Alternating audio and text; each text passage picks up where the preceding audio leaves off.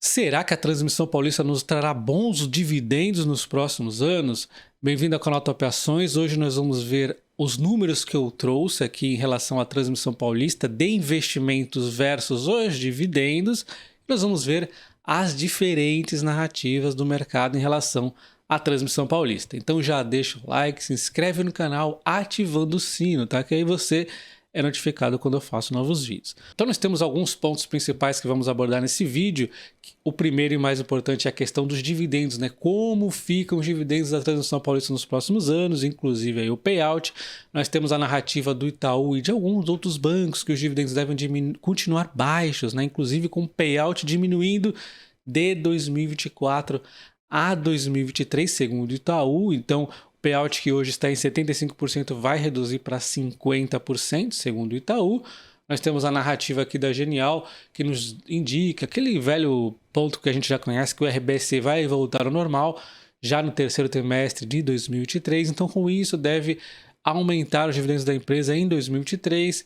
E temos outros pontos, que é a questão dos investimentos. Nós vamos trazer tudo isso em números, tá? Outro ponto é a reclamação do pessoal em relação aos custos de operação da Transmissão Paulista, e que vem aumentando. Isso aqui é relativamente simples da gente entender, eu vou comentar isso.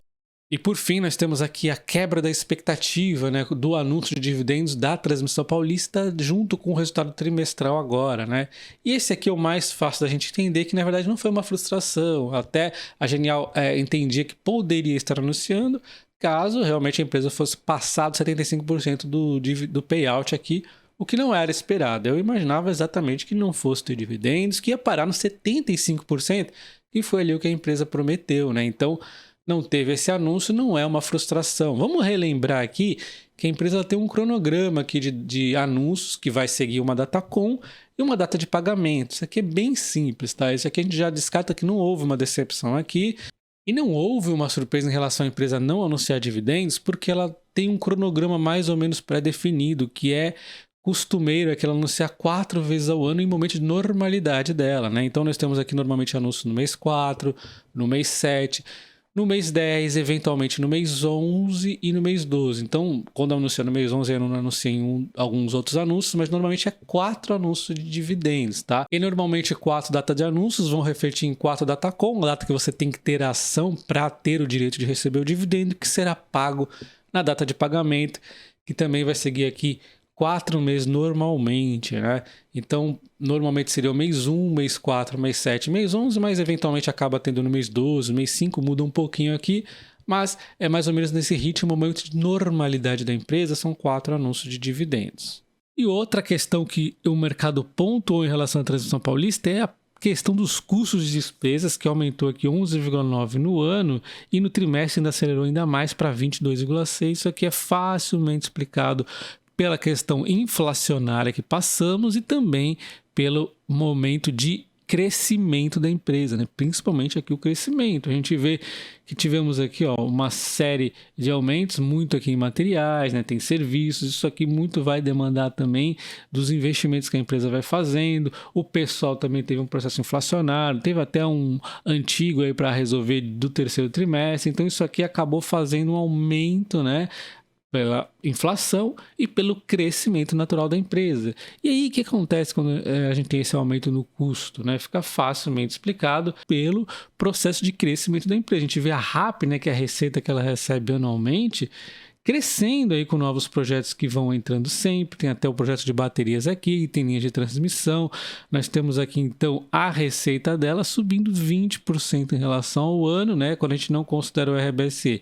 É um salto significativo que foi acima do que os custos subiram. Então isso aqui já fica bem simples a gente observar que houve realmente uma melhoria por conta dos novos projetos, exatamente, por conta do IPCA que recompõe toda essa inflação que por um primeiro momento pode ser caótica, trazer uma visão ruim, mas a gente sabe, daqui a pouco vem o reajuste, então não precisa se preocupar com a inflação na Transmissão Paulista, que todo ano acontece, faça chuva, faça sol. Eu dizia isso e aconteceu no meio do ano e vai acontecer de novo, com o processo inflacionário, primeiro pressiona os custos, depois vem a reposição sem segredo nenhum, tá? E aí nós temos aqui os investimentos da empresa que vai fazendo aí a empresa ter cada vez maiores receitas. Então, em relação dos custos, não tem preocupação nenhuma. Na verdade, foi um belo trabalho da empresa, porque cresceu mais a receita do que o investimento. Isso vai continuar acontecendo, tá? E o terceiro ponto e mais importante é a preocupação do pessoal em relação aos investimentos e dividendos, né? Inclusive observando a dívida. A dívida da empresa hoje está em 2,96 dívida líquida por EBITDA, e quando passa de 3 vezes, ela pode acabar não pagando 75% do payout.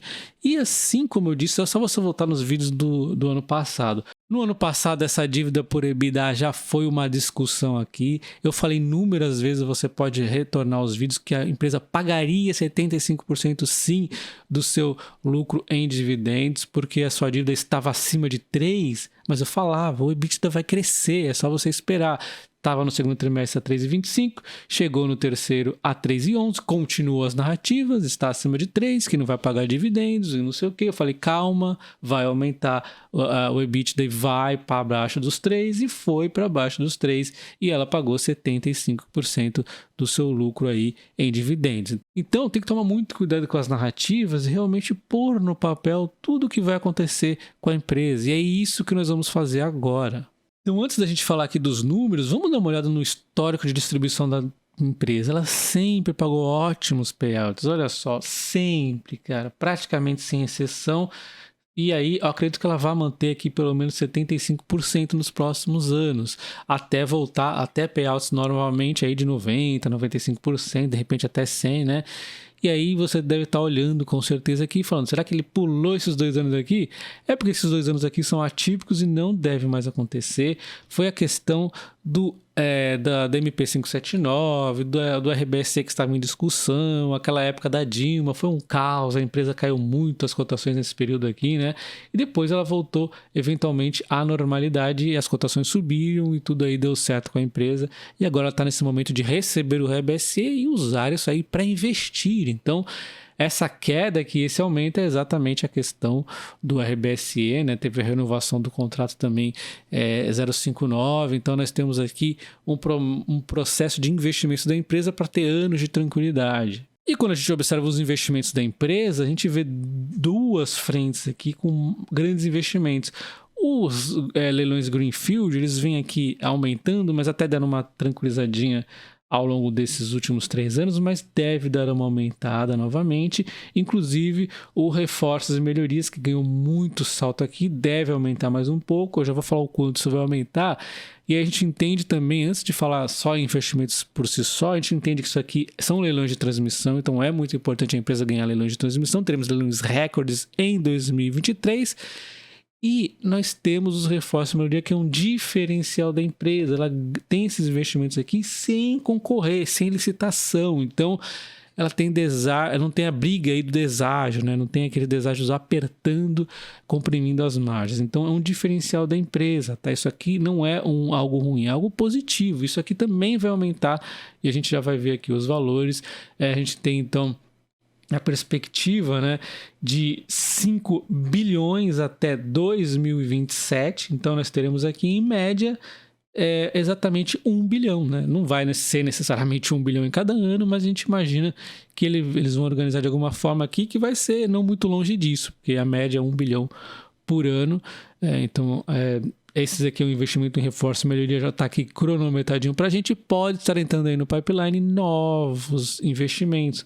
Tem, por exemplo, aquele lote da Lupar que acabou sendo cancelado, de repente pode entrar aqui em reforços e melhorias, tá? Então, temos essa questão aqui na empresa, e temos aqui um pouco de imprevisível, a questão do Greenfield, que pode ter novos lotes vencendo aqui no leilão de 2023, mas nós já temos alguns que a gente já sabe que ela venceu, né? Então ela tem aqui novas frentes para estar aí iniciando, então por isso que deve ter um aumentozinho aí nos investimentos, tá? Ela tem aqui projetos em operação, ela trouxe aqui 370,5 no passado recente agora, e 712,2 estão aqui em execução, em construção, né? Então, olha só. Então, a gente vê aqui 370 que já foram entregues e mais 712,2 para serem entregues. Então, tem bastante coisa. A gente vê que aumentou aqui o fluxo de investimento mesmo vai ser necessário, né? Então, isso tudo aqui também vale lembrar é reajustado pelo IPCA, tá? Então, a gente vai falar só de números reajustados pela inflação, porque as RAPs são reajustadas pela inflação, os investimentos vão acabar sendo reajustados pela inflação, né? Então, tudo aqui é como se fosse neutro de inflação e sempre com um viés positivo, que a empresa sempre dá uma otimizadinha aí nos custos, mas de qualquer forma a gente vai dar uma de nó cego aqui e pensar só que vai ser alinhado com a inflação tudo, tá? Então, colocando aqui tudo no papel, nós temos os investimentos de reforço e melhorias, que a gente já sabe que vai aumentar em torno de 175 milhões por ano, né? Não vai ser necessariamente neste nível aqui de 1 bi certinho por ano, mas a gente vai fazer dessa forma. Então, a gente sabe que vai aumentar, é 21%, não é tanto assim, a empresa vai lidar bem com isso. Os investimentos das novas RAPs também vão estar acontecendo, vão trazer uma receita financeira aqui de 712 milhões, que nós vamos dividir aqui um pouco. Nesses anos vai entrar 312, nesses aqui o restante chegando a 712,2, sempre reajustado tudo pela inflação, tá? O RBSE também vai trazer mais receita, né, de 247 milhões aproximadamente já nesse ano, e depois vai trazer aí mais 493 nos anos seguintes, ficando aqui estável, né? E aí nós temos os reforços e melhorias que vão trazer aí um investimento de 175 milhões, como nós vimos aqui, né? E também vai trazer aqui um resultado, né? Então, vamos pôr aqui uma continha de padaria de mais 25 milhões em 2023, depois 24 mais 25, depois mais um pouquinho, vai acumulando aqui até chegar a 160. Isso aqui vai dando um efeito ainda maior mais para frente, que ela está investindo agora, né?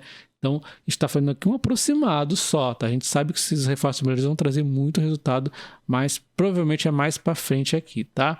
Então, o saldo parcial vai nos dar aqui, ó, positivo, né? Então, ela vai estar com fluxo positivo de dinheiro.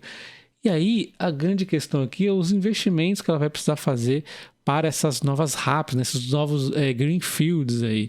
E a gente vai imaginar aqui um cenário onde ela vai aumentar 75% dos investimentos, né, que ela fez aqui no Greenfield, tá? Então vai aumentar bastante aqui. Eu não acho que necessariamente vai acontecer nessa proporção, inclusive, né? Os novos projetos vão estar entrando, mas eu acho que em 2023 não vai ter esse aumento todo, mas de qualquer forma eu alinhei 75% em cada um desses anos. E aí nos vai dar o quê? Um saldo, sim, um pouco aqui negativo inicialmente, mas depois vai ficando positivo, né? Quando os projetos vão entrando aí em operação.